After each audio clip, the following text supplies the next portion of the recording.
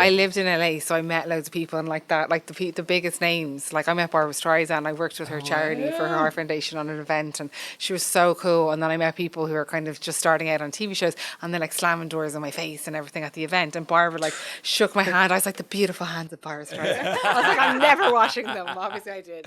You know, like she was amazing and so like just polite, like not overly friendly, like as you would expect. So graceful. It's easier to and be she nice was so than to lovely, be. and she was like, thank you so much. And she's like, I like your accent. She said something like sweet, and then but I remember all the kind of some of the guests who were kind of upcoming actresses were so rude, and I was like, it's just not necessary.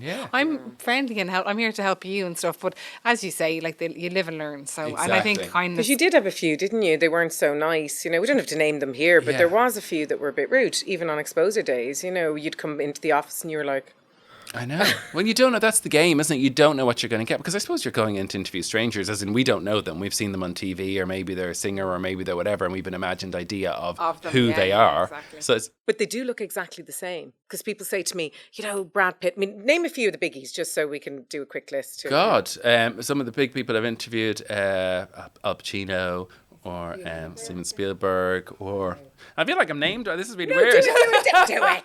Name drop. Jennifer Lopez. I loved Jennifer Lopez. That's one of my favorites. You see, because people will go, well, does she really look that good in real life? And She looks amazing. Yeah. She looks amazing. And this was in the days where, so when radio was just, because now obviously we're in an online world, so all the interviews I do are on camera. So it means that I find on camera with an interviewee, there's this kind of slightly invisible barrier between you. Whereas with radio back in the day, you'd literally brought into a hotel room, there'd be a sofa, and Jennifer Lopez would be sitting on the sofa, and they'd be like, okay, we'll be back in 8 minutes. And it's more, and people, but the talent don't, like people, the J-Los, they actually put their guard down when there's no cameras. As in, so you actually, I find that back then you actually got more without the camera, because people just for some reason are like, oh, this is grand, I can slouch, I can be whatever. Nature. Exactly. When you're relaxed, you but do it let your it was so funny. So I need to straighten up a bit. This camera right in front of my face.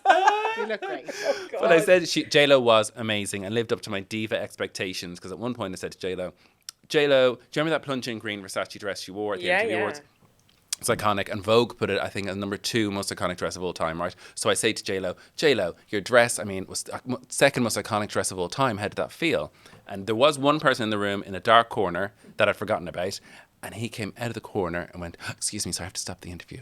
That was the most iconic dress of all time. And I really don't think it was to this day, because I'd read on my research. And then J-Lo, she's brilliant. She was like, yeah, I think maybe it was the most iconic dress of all time. I was kind of going, how does it feel to have the most iconic dress of all time? J-Lo just rewrote history right in front of me. And you know what? I was kind of going, living up to your diva credentials. You're dead right.